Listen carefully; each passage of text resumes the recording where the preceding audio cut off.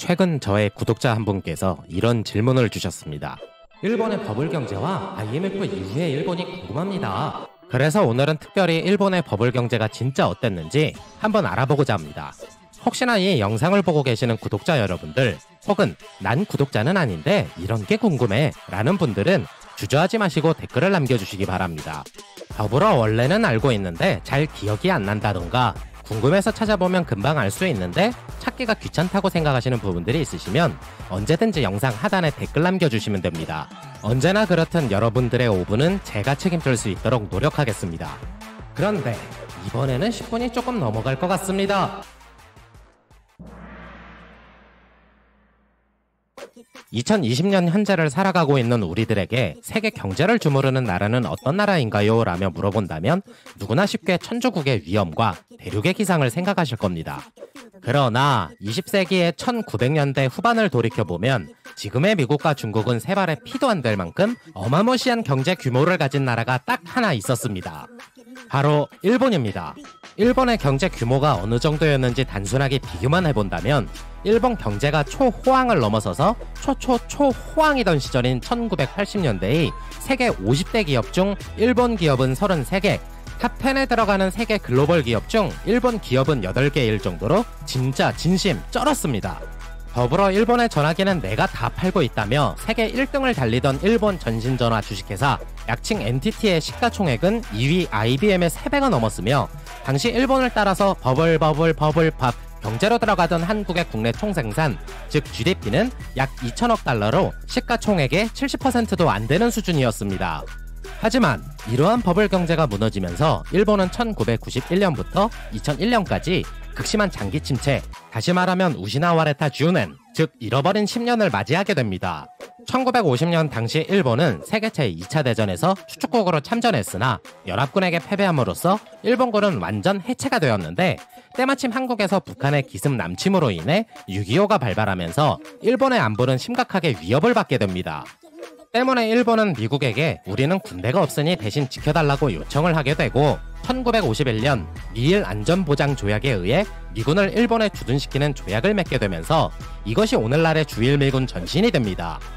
아무튼 미국에 의해 국방력이 해결되자 일본은 국방비에 대한 부담이 전혀 없었는데 이 돈을 박박 끌고 모아 경제 및 산업 발전의 원동력으로 삼으니 1950년대 일본은 연평균 10% 전후의 경제 성장률을 보이게 됩니다.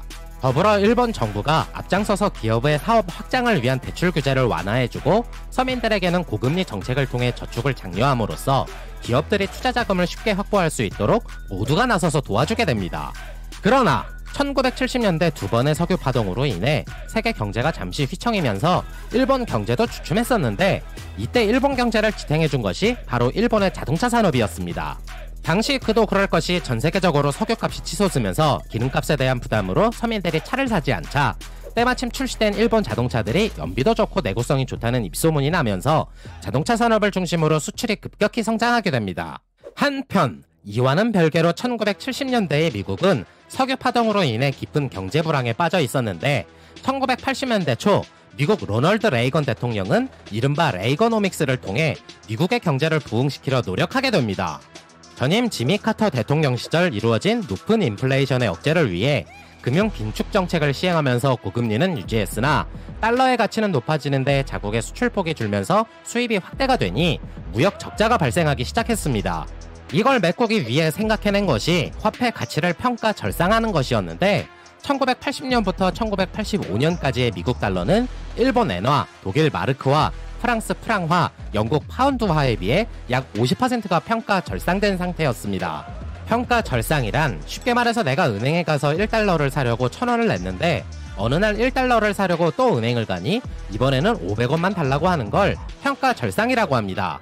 이걸 미국의 상황에 대입을 한다면 내가 1엔을 사려고 2달러가 필요하다는 논리로 생각하시면 되는데 그만큼 미국의 화폐 가치가 많이 떨어져 상대적으로 경제 대국이었던 나라들의 화폐 가치가 높아졌던 것입니다.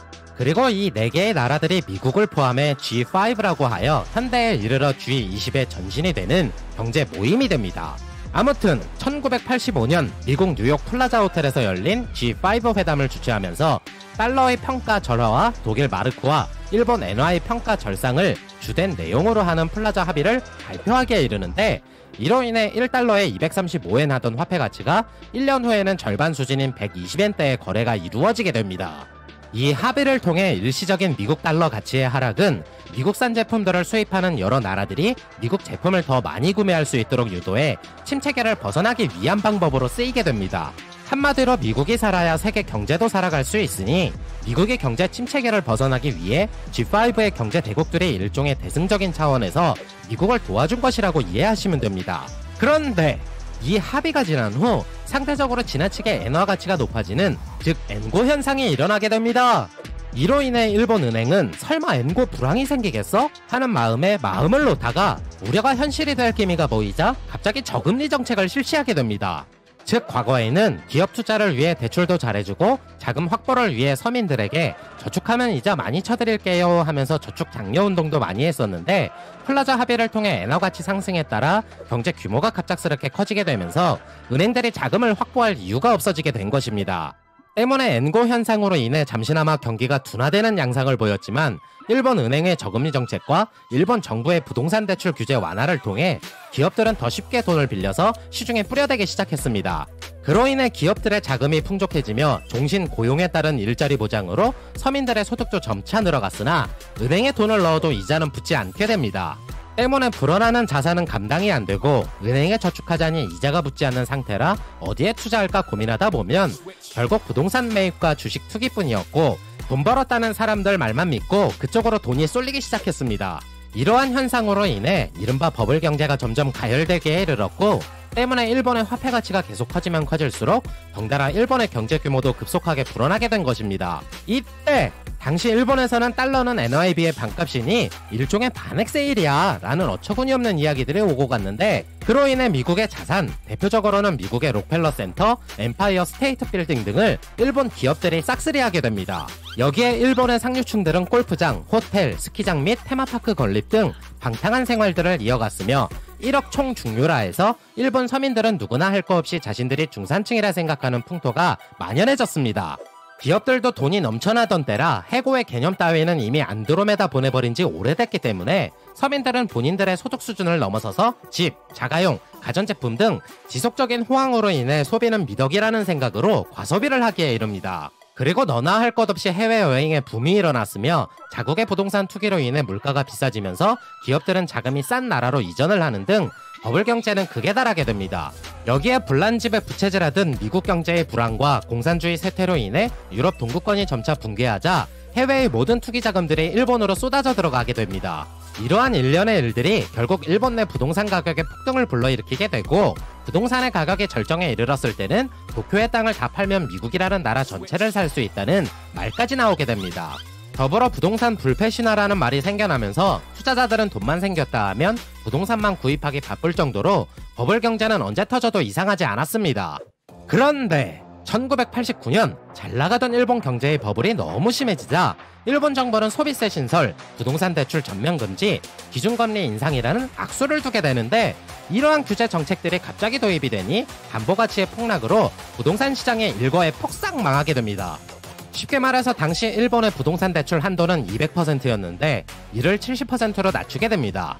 그래서 기존에는 1억짜리 집을 구매할 때 2억까지 대출을 해줬다면 규제 이후로는 7천만원까지만 해주다 보니 담보대출 규제로 인해 부동산을 살 사람이 없어지게 되고, 그로 인해 부동산 가치가 하락했다는 뜻이 됩니다. 한때는 치솟는 부동산 가격 때문에 은행에서는 100년 만기 대출 상품까지 나올 만큼 부동산은 말 그대로 불패 신화였으나 결국 일본 정부의 규제로 인해 무너지게 됩니다. 그리고 1991년 이때를 기점으로 일본은 잃어버린 10년 어디 갔냐면서 모두들 망연자실했으며 과거의 영광만 찾게 됩니다. 1990년대로 넘어오면서 버블 경제는 지속적으로 무너져갔으며 경기 부양을 위해 건설 경기가 잠시나마 활성화됐으나 효과는 잠깐이었습니다. 더군다나 건설 경기 활성화를 통해 경기를 부양하는 과정에서 일본 정부의 막대한 자금 투입으로 재정 적자가 크게 악화되어 갔는데, 여기에 또 하나 일이 터지게 됩니다. 바로 1997년 IMF 아시아 외환 위기입니다. 일본 정부는 우리가 아무리 버블 경제라도 돈이 그렇게나 많은데 돈 빌려준 건 안 챙긴다고 문제가 되겠어? 라며 불량 채권 회수에 안일하게 대응했고, 결국 아시아 외환 위기가 터지면서 일본 해외 기업들의 자산 가치 하락으로 줄줄이 도산하기에 이릅니다. 여기에 엎친 데 덮친 격으로 고용 불황으로 인해 취업 빙하기가 도래했으며 경제가 팍팍해지는 버블 경제를 이끌었던 베이비붐 세대의 경제적 능력이 떨어짐에 따라 자식들이 결혼을 안 하고 출산을 안 하자 고령화 현상을 지탱할 젊은이들이 줄게 되면서 악순환이 반복되고 맙니다. 그렇게 2000년대 들어와 고이즈미 총리가 일본이 무너지고 있다며 고강도 개혁이 시작되었으나 잠시 살아날 뻔한 경기는 2008년 서브프라임 모기지 사태로 세계 주가가 대폭 나가면서 또 고꾸라지게 됩니다. 여기에 2010년 아베 총리가 정권을 잡으며 일본판 아베노믹스, 즉 양적 완화 정책을 통해 엔화를 마구 찍어내면서 경기를 부양하고자 했으나 잠깐 반짝였던 일본 경제는 다시 정체하고 있으며 잃어버린 10년은 20년으로 바뀌게 되고 현재 잃어버린 30년으로 향해 달려가고 있습니다.